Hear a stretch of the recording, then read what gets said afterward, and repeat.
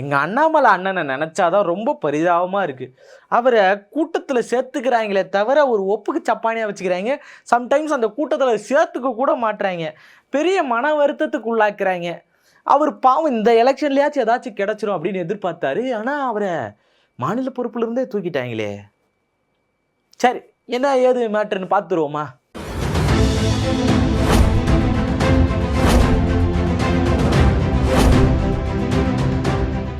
வணக்கம் ஃப்ரெண்ட்ஸ் மக்களே. எங்கள் அண்ணன் அண்ணாமலை அண்ணன் அவர்கள் வந்து பார்த்தீங்கன்னா தொடர்ந்து இந்த தமிழக மக்கள் மத்தியில் இந்த பாஜகவை வளர்த்தெடுக்கிறதுக்கு அவ்வளோ பாடுபட்டிருக்காரு. பாஜக இன்னைக்கு பல இளைஞர்கள் கண்ணில் தெரியுது, பல பேருக்கு பெண்களுக்கு மத்தியில் தெரியுது அப்படின்னா அதுக்கு முக்கிய காரணம் எங்கள் அண்ணன் அண்ணாமலை தான். அப்படி தான், அதை நம்ம எந்த விதத்துலையுமே வந்து மறுக்கவே முடியாது, எந்த இடத்துலையும் மறுதளிக்க அதை இல்லை அப்படின்னு கடந்து போகவே முடியாது.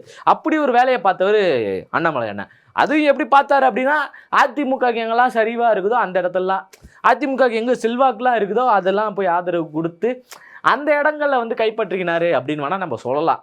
ஏன்னா இவர் தனியாக நின்று தனியாக மக்கள் மத்தியில் பேசி தனியாக ஆதரவுகளை சேகரித்து பாஜகவுடைய கொள்கைகளை சொல்லி பாஜகவுடைய செஞ்ச நல்லதுகளை சொல்லி கேப்டார்னா அப்படின்னா, அப்படிலாம் பண்ணாங்கன்னா அவரை அடித்து தோர்த்துவாங்க.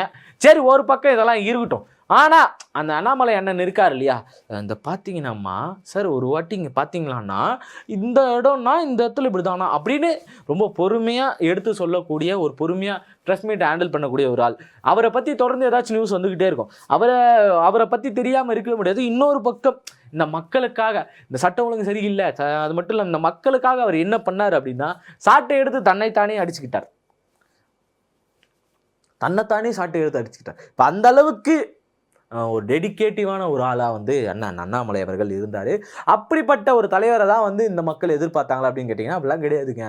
தேவையெல்லாம் மூட நம்பிக்கையில் சாட்டை தச்சுக்கிறாரு அப்படின்னு சொல்லி பல பேரும் கிண்டலும் கேலியும் செய்தாலும் அண்ணாமலை அவர்கள் செய்தது வந்து பெரிய தியாகங்கள் அப்படின்னு நம்ம சொல்லலாம்.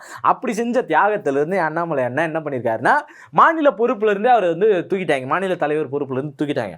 உடனே அண்ணாமலை ஆதரவாளர்கள்லாம் எல்லாருமே என்ன பண்ணாங்க, டென்ஷன் ஆகிறது தான் ஒரு பக்கம் சந்தோஷமாக இருந்தாங்க. ஓகே, அவர் தேசிய லெவலான ஒரு பொறுப்பு அவருக்கு கொடுக்க போகிறாங்க அப்படின்னு சொல்லி பல பேர் எதிர்பார்த்தாங்க. ஏன்னா தூக்கி ஒரு வருஷத்துக்கு மேலே ஆகுது. இந்த ஒரு வருஷமாகவும் அது எதுவும் செய்யலை. இந்த தேர்தல் நேரங்களில் ஏதாச்சும் செய்வாங்க அப்படின்னு சொல்லி எதிர்பார்த்தாங்க. மாநில அளவிலான பொறுப்பு இல்லை மத்திய அளவிலான ஒரு பொறுப்பு கொடுப்பாங்க அப்படின்ற மாதிரி எதிர்பார்த்தாங்க. ஆனால் அவருக்கு எதுவுமே கிடைக்கல. அப்படி கிடைக்கலன்னதும் பெரும் மன வருத்தத்துக்கு உள்ளான பல பேர் வந்து என்ன பண்ணியிருக்காங்க, அண்ணாமலை அண்ணனுடைய ஆதரவாளர்கள் என்ன பண்ணியிருக்காங்க அப்படின்னா ஒரு கூட்டம் ஒன்று போட்டிருக்காங்க. பாஜகவையும் அதிமுகவையும் தோக்கடிச்சு ஆகணும், அதுக்கான வேலையை நம்ம பார்க்கணும், இவங்க நம்ம அண்ணாமலை அண்ணனையை வந்து ரிஜெக்ட் பண்ணிட்டாங்க அப்படின்னு சொல்லி அண்ணாமலை அண்ணன் அன்பு கூட்டம் அப்படின்னு சொல்லி ஒன்று போட்டிருக்காங்க. ஒரு கூட்டமே எடுத்து நடத்திக்கிட்டு இருக்காங்க. இப்போ ஒரு பக்கம் அதிமுகவில் பார்த்தீங்கன்னு வச்சிங்களேன், சேம் பிரச்சனை இருக்கும். என்ன பண்ணியிருந்தாங்கன்னா, அதிமுக தொண்டர்கள் மீட்பு குழுன்னு ஒருத்தர் வச்சு நடத்தியிருந்தார். அது எல்லாத்தையும் கலைச்சி போட்டு போய் திமுகலே போய் சேர்ந்தார்.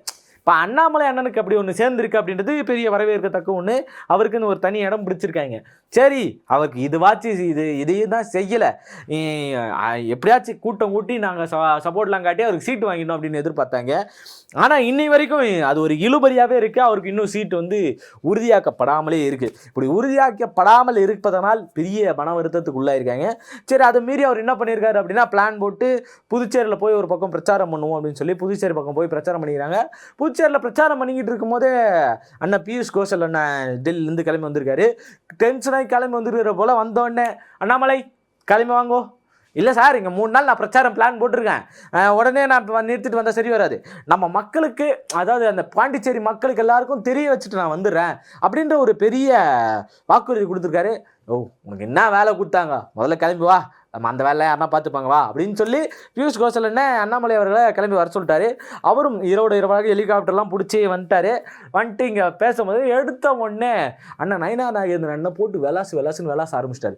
ஏன்னா 35 சீட்டு கிட்ட இங்கே அதிமுக கிட்ட நம்ம கேட்டிருந்தோம், ஆனால் நீங்கள் வெறும் 27 சீட்டு தான் வாங்கியிருக்கீங்க, இப்போ என்ன இதில் நீங்கள் இங்கே வேலை செஞ்சிட்ருக்கீங்க, இதெல்லாம் உடனே எங்களுக்கு தெரியப்படுத்த வேணாமா அப்படின்னு சொல்லி கேட்டதும் அண்ணாமலை என்ன வெறும் டென்ஷன் ஆகிட்டார். அவருக்கு ஒரு பக்கம் என்ன பண்ணுறாருன்னா அப்படின்னு அண்ணாமலை என்ன ஒரு பக்கம் சிரிச்சுக்கிட்டு இருக்காரு. ஆனால் அந்த கட்சியுடைய அந்த டவுன்ஃபால் பார்க்கலாம். ஏன்னா இவங்க பெரும் ஆதரவோடு இருக்கக்கூடிய, தமிழகத்தில் பெரிய ஆதரவோடு இருக்கக்கூடிய பாஜக என்ன பண்ணுது அப்படின்னு பார்த்தீங்கன்னா, எப்படியாச்சும் இந்த 3 சீட்டு எப்படி நீங்கள் குறைச்சிங்க, 35 சீட்லேருந்து எப்படி 27 சீட்டு நீங்கள் வாங்கினீங்க, அப்படி வாங்கியிருக்கக்கூடாது, நீங்கள் உடனே எனக்கு தெரியப்படுத்திருக்கோங்களே. பியூஷ் கோயல் நல்ல திட்டி விட்டுருக்காரு. அண்ணாமலை ஒரு பக்கம் ஜாலியாக இருந்தாலும் ஒரு பக்கம் கஷ்டத்தில் இருந்திருக்காரு. அண்ணாமலை உடனே என்ன பண்ணியிருக்காரு, ஓகே அண்ணாமலை வந்து எலெக்ஷனில் இறக்கலாம் அப்படின்ற ஒரு பெரிய திட்டம் இருந்திருக்கு. அந்த திட்டத்திலேருந்து இவங்க என்ன பண்ணியிருக்காங்க, ஒரு பக்கம் கோவை வடக்கு வந்து பாஜகவுக்கு தானே இருக்குது, அதை எப்படியாச்சும் பிடிச்சிடலாம் அப்படின்னு சொல்லி எதிர்பார்க்குறாங்க. அதுவும் அந்த மாங்காய் முட்டாங்க இல்லையா, அந்த தொகுதிகள் எல்லாமே வந்து பார்த்தீங்கன்னா பாஜக வந்து பெரிய வளர்ச்சி இருக்கக்கூடிய ஒரு இடங்கள், அந்த சீட்டுகள் எதுவுமே கொடுக்காம விட்டுருக்காங்க. கோவை வடக்கு வந்து பார்த்தீங்கன்னா வானதி சீனிவாசன் அவர்கள் வந்து பெரிய ஸ்கெட்ச் போட்டு வச்சுருக்காங்க. அந்த தொடர்ந்து அங்கே வேலை பார்த்துருக்காங்க, எப்படியாச்சும் அந்த தொகுதி நமக்கு தான் வேணும் அப்படின்னு சொல்லிட்டு. ஆனால் அண்ணாமலை என்ன நாங்கள் போகிறதுக்கான பெரிய வாய்ப்பு இருக்குது, பியூஷ் கோயல் வந்து அப்படி பார்த்துருக்காங்க. உடனே அவங்களுக்கு வானதி அம்மா கான் பண்ணி இதெல்லாம் சரியில்லைங்க, நான் வேலை பார்த்துக்கிறேன் அப்படின்னு சொல்லி அவங்க ஒரு பக்கம் முரண்டு பிடிச்சிருக்காங்க போல. அதனால் அண்ணாமலை என்ன பண்ணுறாரு, ஐயோ ஏதாச்சும் ஒன்று வேணுமே, எப்படியாச்சும் அவருக்கு கொடுத்தே ஆகணும்னு அவர் ஆதரவாளர்களும் தொடர்ந்து தூண்டிக்கிட்டே இருக்கிறதுனால பியூஷ் கோயல் என்ன பண்ணுறாரு, அக்கா தமிழிசை இருக்காங்க இல்லையா, அவங்க ஒரு பக்கம் ஓரமாக இருங்கன்னு கேட்டு பார்த்துருக்காங்க. ஆனால் இன்னொரு பக்கம் மொட்டைக்குறிச்சியில் தான் வந்து அண்ணன் நிற்பா அப்படின்னு சொல்லி அண்ணாமலை என்ன ஒரு பக்கம் இருந்திருக்காரு. இல்லை தமிழிசை அக்காவை ஓரம் வச்சு ஒதுக்கி பார்ப்போம் அப்படின்னு சொல்லி ஒரு பிளானில் இருந்திருக்காங்க. இப்படி ஒதுக்கி பார்க்கலாம் அப்படின்னு இருக்கும்போது தான் என்ன ஆச்சுன்னா, இல்லை அதெல்லாம் வேலைக்கு ஆகாது அப்படின்ற இவங்களுக்குள்ள அந்த சீட்டு பிரிக்கிறதுல ஒரு பெரிய குழப்பம் இருந்துகிட்டே இருக்குது. எப்பா நாமினேஷன் தாக்கலே வந்து முடிய போகுது இன்னும் 2 நாளில், அதுக்குள்ளே நீங்கள் என்ன இப்படி பண்ணிகிட்டு இருக்கீங்க, நாமினேஷன் தாக்கலை வந்து வச்சா தானே அடுத்தடுத்த வேலைகளை வந்து தொடர்ந்து பார்க்க முடியும்.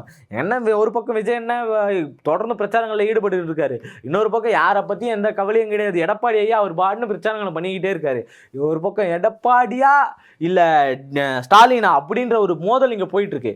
இல்லையே தப்பாக சொல்கிறோமே, ஒன்று டிவிக்கே இல்லை டிஎம்கே அதானே சொல்லிட்டு இருந்தாங்கன்னு பார்த்தா அவரை யாரும் கண்டுக்கிறது இல்லை, டிவிக்கேவை யாருமே கண்டுக்கிறது இல்லை. அந்த சூழலில் அவங்க இருந்துக்கிட்டு இருக்காங்க. ஆனால் இது எடப்பாடியா வந்து ஸ்டாலினா அப்படின்ற மாதிரி போயிட்டு இருக்கு. இதுக்கிடையில் பிஜேபி வந்து ஏதாச்சும் செஞ்சிடும், அவங்க நிற்பாங்கன்னு பார்த்தா அவங்க எதுவுமே பேசுறதில்ல, வாய மூடின்னு இருக்காங்க. அவங்களுக்கு அந்த சீட்டு பிரித்து கொடுக்குறதே வந்து பெரிய தொல்லையாக இருக்குது. இந்த சீட்டு பிரித்து கொடுத்துட்டாங்க அப்படின்னா, அதை முடிவு கொண்டு வந்துட்டாங்க அப்படின்னா பிரச்சாரத்தில் இறங்கி மக்கள் பணியை ஆற்றி தீர்த்துருவாங்க அப்படின்னு பெரும் நம்பிக்கையோடு இருக்காங்க. அப்படி பெரும் நம்பிக்கையோடு இருக்கக்கூடிய இந்த மக்களுக்காக நீங்கள் ஏதாச்சும் செஞ்சிருவீங்க அப்படின்னு நம்பிக்கிட்டு இருக்கக்கூடிய பாஜக மக்கள் எப்படி சொன்னாலும் இவங்களை நம்பி யாருமே இல்லையே, யாரை தான் சொல்கிறது அப்படின்ற பெரிய கேள்வி இருக்குது. ஆனாலும் ஒரு புறம் அண்ணாமலை அண்ணனுக்கு சீட்டு கொடுக்காதது பெரிய வருத்தத்தோடு இருக்குது. அந்த பெரிய வருத்தத்தோடு இந்த மக்கள் எல்லாருமே என்ன பண்ணுறாங்க அப்படின்னா, அவருக்காக அன்பு கூட்டம் நடத்திருக்காங்க.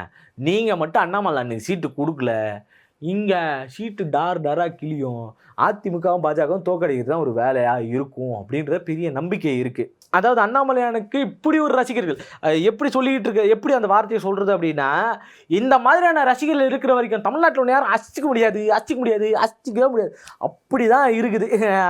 அப்போ இந்த லெவலுக்கு சேர்ந்த ஒரு கூட்டத்தை இப்படியெல்லாம் தெரியப்படுத்தின அண்ணாமலை அண்ணனை ஏன் யாரும் அங்கீகரிக்காமல் இருக்கிறீங்க? அப்போ அங்கீகாரம் உழைச்சவங்களுக்கு இல்லையா?